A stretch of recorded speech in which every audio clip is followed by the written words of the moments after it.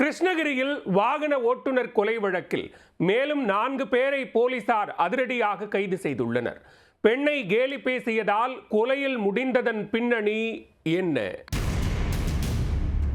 கிருஷ்ணகிரி மாவட்டம் ஓசூர் தேர்பேட்டை தெப்பக்குளம் பகுதியைச் சேர்ந்தவர் 6 என்கிற சிவக்குமார்.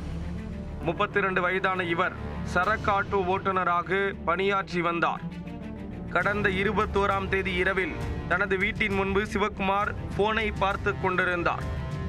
அப்போது அங்கு 2 சக்கர வாகனங்களில் வந்த கும்பல் திடீரென சிவக்குமாரை தாக்கியுள்ளது.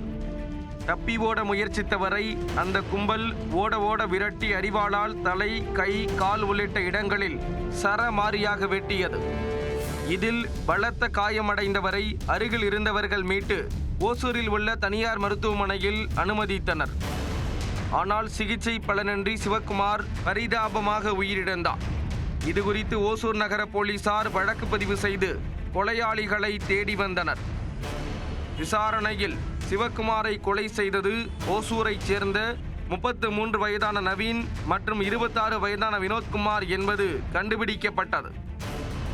இதையடுத்து தலைமறைவாக இருந்த இருவரையும் 2 நாட்களுக்கு முன்பு போலீசார் கைது செய்தனர். அவர்களிடம் மேற்கொண்ட விசாரணையில் கொலை செய்யப்பட்ட சிவக்குமார் நவீனின் உறவினர் என்பது தெரிய வந்தது. நவீனின் மனைவியை சிவக்குமார் அடிக்கடி கேலி கிண்டல் செய்துள்ளார். அதை அறிந்த நவீன் தனது மனைவியை கேலி செய்யாதே என சிவக்குமாரை பலமுறை எச்சரித்துள்ளார். அதை பொருட்படுத்தாததால் ஆத்திரமடைந்த நவீன் தனது கூட்டாளிகளுடன் சேர்ந்து சிவக்குமாரை கொலை செய்ததாக வாக்குமூலம் அளித்துள்ளார். இந்த கொலையில் மேலும் 4 பேருக்கு தொடர்பு இருப்பதும் உறுதியானது. தொடர்ந்து தேடுதல் வேட்டையில் இறங்கிய போலீசார் நெல்லையைச் சேர்ந்த சுடலை கிருஷ்ணன் என்கிற முருகன், இசக்கி முத்து, திருச்சியைச் சேர்ந்த இப்ரம் ஷா மற்றும் உள்ளூரைச் சேர்ந்த மணிகண்டன் ஆகிய 4 பேரை தற்போது கைது செய்துள்ளனர்.